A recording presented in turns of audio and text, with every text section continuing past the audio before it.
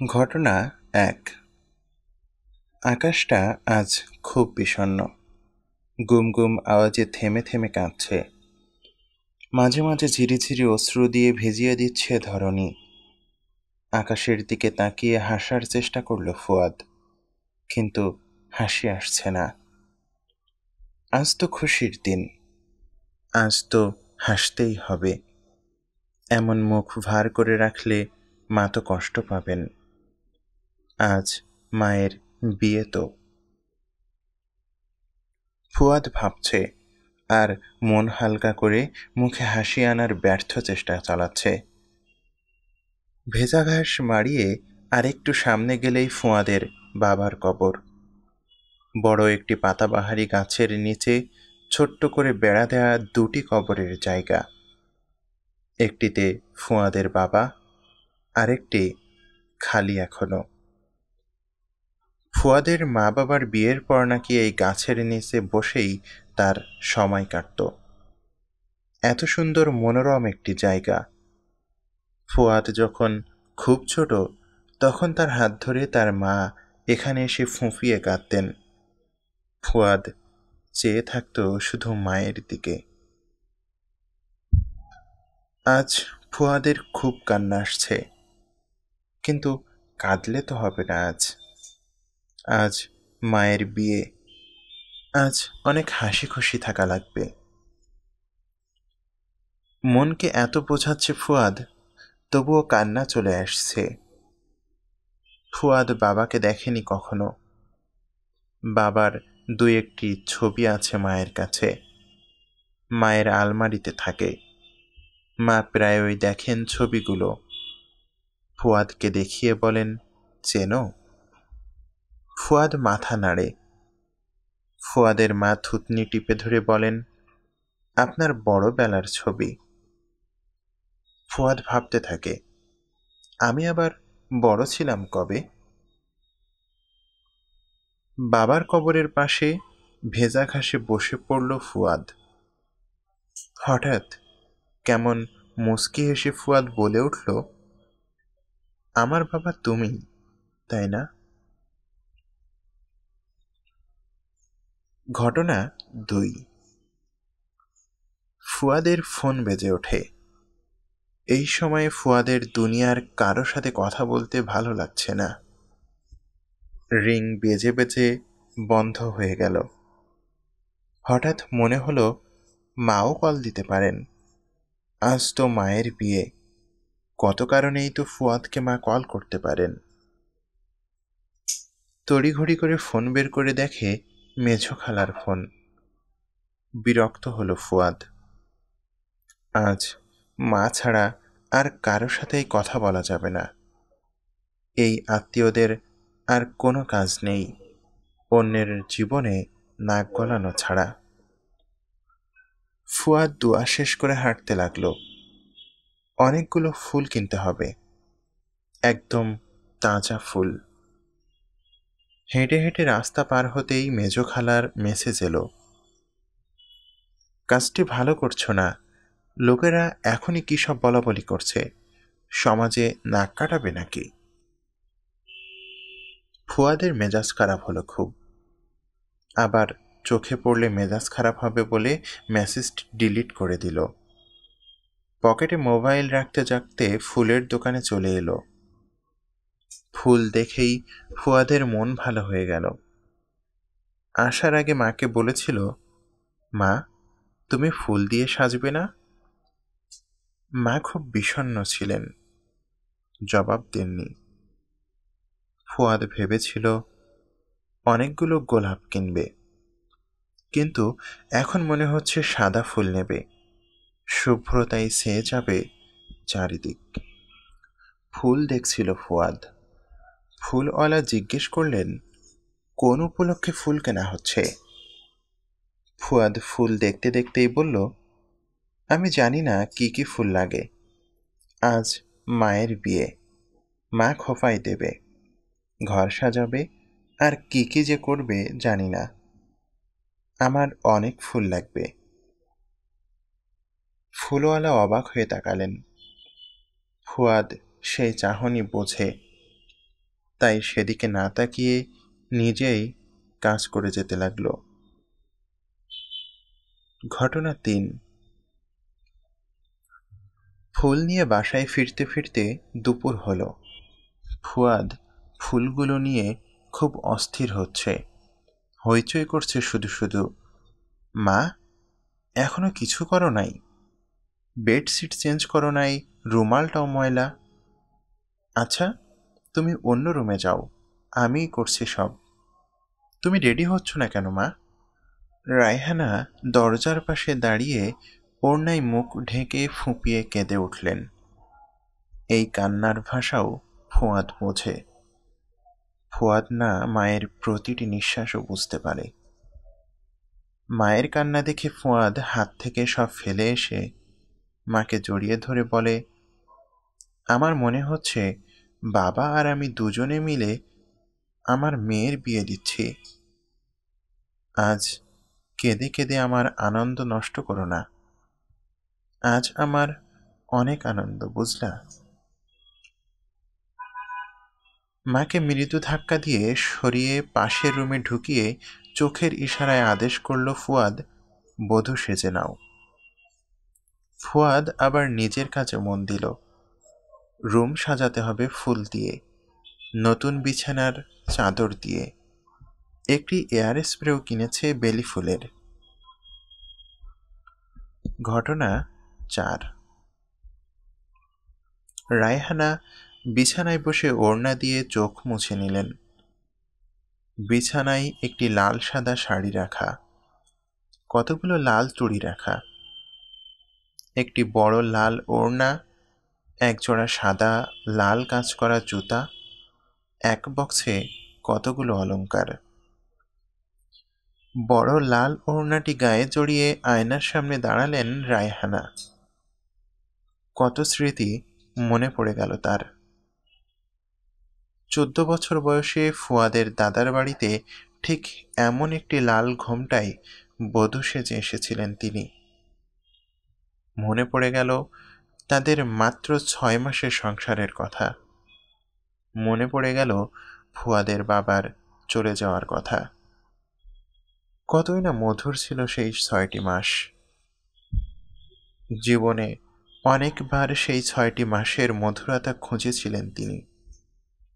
সংসার কি সেটি বুঝে ওঠার আগেই বিধবা জীবন কি সেটি বুঝতে শুরু করেছিলেন। ফুয়াদের বাবাকে অনেক ভালোবেসেছেন 6 মাসেই, কিন্তু তাও চেয়েছেন পুরো সংসার জীবন যেন বাচ্চা আর স্বামী সামলিয়েই কাটে। সংসার কি আবারও বুঝতে চেয়েছিলেন। তার সেই আকুতি মুখ ফুটে আসেনি, লজ্জার আড়ালে হারিয়ে গেছে। পরিবার বোঝে না, পরিবার বুঝলে সমাজ বোঝে না। ফুয়াদকে আগলে রেখেই তো চোখের পানি আড়াল করতেন। সেই ফুয়াদকে রেখে কিভাবে তিনি সংসার পাতবেন? আচ্ছা, মানুষগুলো এমন কেন? রায়হানা গুনে গুনে দেখছেন আর ডুকরে কেঁদে উঠছেন। কতগুলো বিয়ে একদম হয়েও হয়নি তার। কেন হয়নি? ফুয়াদ আছে বলে। মাঝে মাঝে রায়হানা ভাবেন, ফুয়াদ না হলে কি হতো? তার কম বয়সে বিয়ে, অল্প দিনের সংসার, স্বামীর মৃত্যু, এইসব মনে হয় আজীবন গোপন করে রাখা লাগতো। রায়হানা বোঝেন না, মানুষ প্রকাশ্যে কত গুনাহ করে, আর রায়হানাকে তার পবিত্র একটি সম্পর্ক আর সন্তানের কথা গোপন করে আজীবন চলতে হবে কেন? রায়হানা আবারও ভাবলেন, আচ্ছা, ফুয়াদ মেয়ে হলে কি এতদিনে ফুয়াদকে বিয়ে দিয়ে নিজেও বিয়ে বসা যেত? ঘটনা 5। ফুয়াদ অত্যন্ত যত্ন ও মনোযোগের সাথে রুম সাজানোর কাজ করছে। মাঝে মাঝে চোখ মুছছে। আনন্দ লাগছে নাকি কষ্ট আপাতত সেটি বুঝে আসছে না, তবে আনন্দই হবে। ফুয়াদের মনে পড়ে, ফুয়াদ যখন ছোট ছিল মা তাকে ধরে কাঁদতেন খুব। ফুয়াদ দাদার বাড়ি থেকে পড়াশোনা করত, মা থাকতেন নানার বাড়ি। সপ্তাহে একদিন দেখা হতো, আর সেই একদিনই মা সারাক্ষণ ধরে রাখতেন। ফুয়াদ ঘুমালে মা ফুয়াদের মাথা নিজের বুকে রেখে শুয়ে থাকতেন। ফুয়াদের বয়স যখন 12 বছর, তখন ছোট খালার বিয়ে হলো। ফুয়াদ তখন থেকে অনেক কিছু বুঝতে শিখেছে। ফুয়াদের মনে পড়ে খালার বিয়ের পর খালা নানার বাড়ি বেড়াতে এলে কত আয়োজন হতো, কত কিছু রান্না হতো। খালা কত গল্প করতেন সেই বাড়ির লোকেদের। জামাইয়ের কথা বললেই তো খালা লাল হয়ে যেতেন। ফুয়াদ দেখত এসব গল্পের আসরে তার মাকে দেখা যেত না। মা রান্নাঘরে বসে থাকতেন। মায়ের কাছে জামাই বাড়ির গল্প করার মতো কিছুই থাকতো না যে। ফুয়াদ মাকে আর খালাকে দেখে দুইজনের জীবন দেখে, মায়ের আর খালার হাসি দেখে। এসব দেখে দেখে ফুয়াদ অনেক বড় হয়ে যায়। একসময় ভাবতে থাকে, মা কেন নানার বাড়িতেই থাকে, মা কেন জামাই বাড়ি থেকে বেড়াতে আসে না, আর মায়ের জন্য কেন কোনো আয়োজন করা হয় না। 2 বছর আগে একদিন ফুয়াদ মেজো খালাকে বলেছিল, খালামণি, মায়ের জন্য ছেলে দেখো, মাকে বিয়ে দাও, আমার একজন বাবা লাগবে, যেমন শায়েরি আর আশিকের বাবা আছে। খালা এমন ভাব করলেন যেন এক্ষুনি কিয়ামত শুরু হবে। বিছানায় জোরে হাত মেরে বললেন, তোমার বিয়ের বয়স হয়েছে, তোমার জন্য মেয়ে দেখতে বলো, এখন তোমার মায়ের বিয়ের বয়স আছে নাকি? আরে খালা, আস্তে, এত রেগে গেলেন কেন? রাখবো না? কে বিয়ে করবে এত বড় ছেলের মাকে? কোনো বুড়া থোড়া আসবে আর কি। পরে শেষ বয়সে এসে কোনো বুড়ার নায়নাতক পালা লাগবে তোমার মায়ের। এর থেকে একাই ভালো, খাও দাও ঘুমাও, দুনিয়ার জঞ্জাল মুক্ত জীবন। পালা লাগলে লাগলো, তাতে তোমার তো কিছু যায় আসে না। মা এভাবে কেন থাকবে? মায়ের নিজের ঘর সংসার হবে, মা নিজের কাজে ব্যস্ত থাকবে, নিজের জন্য রাঁধবে, নিজের জন্য যা করার করবে। দেখ, মাথা থেকে এই ভূত নামা। বিয়ের একটা বয়স থাকে। তোর মাকে এখন বিয়ে দিলে মানুষ কি বলবে? বুড়াকালে নোংরামি।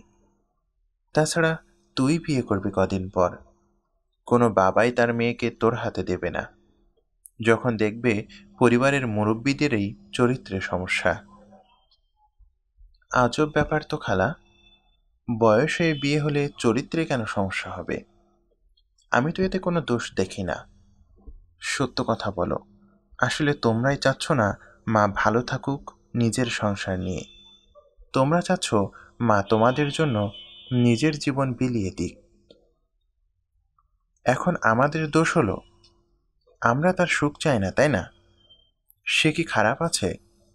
কত ভালো রেখেছি তাকে, এমন করে আর কয়জন রাখে? তোমরা তোমাদের মতো করে ভালো রেখেছ, কিন্তু মা কিসে ভালো থাকবে সেই সব কি ভাবো? সেদিন ভালো করে ঝগড়া লেগেছিল তাদের। ফুয়াদের খুব লেগেছে। কেমন যেন মানুষগুলোর মানসিকতা। ফুয়াদ সেদিন ঠিক করেছিল মাকে নিয়ে আলাদা থাকবে, আর সে নিজেই মাকে বিয়ে দেবে। মা যে কত কষ্ট করে ফুয়াদকে আগলে ধরে এতগুলো বছর কিভাবে কাটিয়ে এসেছে যেন কেউ দেখেই না। এমন কেন হয়? সমাজের আনাচে কানাচে এমন কত রাইহানা আছে, তাই না, যাদের কেউ হাত ধরে সামনে নিয়ে যায় না, আরেকবার স্বপ্ন দেখায় না, আরেকবার হাসতে দেয় না। ফুয়াদ ফুল সাজায় আর ভাবে মাকে সে লুকিয়ে রাখবে এইসব মানসিকতার মানুষদের থেকে।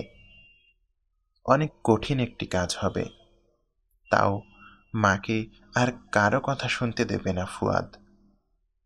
আনন্দের দিনেও এই ভাবনাটি ফুয়াদকে কষ্ট দিচ্ছিল বারবার। ঘটনা 6। আয়েশা এসেছিল রায়হানাকে সাজাতে। আয়েশা ফুয়াদের বন্ধুর বোন। খুব সুন্দর করে সাজিয়ে দিল সে রায়হানাকে। রায়হানা আয়নায় নিজেকে দেখছে। অনেক বছর পরে সাজগোজ করল। কারো জন্য হাতে মেহেদি লাগালো, কারো জন্য চোখ টানা করে কাজল লাগালো। রায়হানার ভালো লাগছে খুব। এমন সময় দরজায় টোকা দিল ফুয়াদ। রায়হানা এগিয়ে দরজার ফাঁক করে ফুয়াদকে দেখেই আবার লাগিয়ে দিল। ভীষণ লজ্জা পাচ্ছে বধূ সেজে শেলের সামনে যেতে। ফুয়াদের আনন্দে চোখে পানি চলে এসেছে। মাকে কি সুন্দরী লাগছে। ইস! মা, মা, সামনে আসো, তোমার চুলে ফুল লাগানো বাকি আছে। রায়হানা আবার দরজা খুললেন। লজ্জায় ছেলের দিকেও তাকানো যাচ্ছে না। ফুয়াদ মায়ের হাতে ফুলগুলো দিয়ে বলে, আমি এসব বেঁধে দিতে পারি না, তুমি বেঁধে নাও, আর রেডি হও, হুজুর চলে আসছে কিন্তু। আওয়াজটা কিছুটা নামিয়ে মায়ের হাতে চাপ দিয়ে ফিসফিস করে বলল, আর আমার নতুন বাবাও। রায়হানা ধাক্কা দিয়ে ছেলেকে সরিয়ে রুমের দরজা লাগিয়ে দিলেন। তার সারা শরীরে কম্পন খেলে গেল। সব শক্তি দিয়ে হেঁটে বিছানায় বসে পড়লেন ধপাস করে। আর ভাবলেন, আমার আবার সংসার হবে, আবার কারো সাথে অভিমান করব, আবার কারো সাথে হাসি আনন্দ করব, আবার আমি মা হব, আবারও আমি কারো হাত ধরে ভোরের কুয়াশা ভেজা ঘাস মাড়িয়ে অজানায় হেঁটে যাব। ভাবনায় ব্যাঘাত ঘটিয়ে ফুয়াদ দরজায় টোকা দিল। মা, একটি সাইন করে দাও, আমি খেজুর ছিটিয়ে দিই। আয়নায় রায়হানা নিজের লজ্জা মাখানো হাসি চেপে রাখা মুখের দিকে তাকালেন।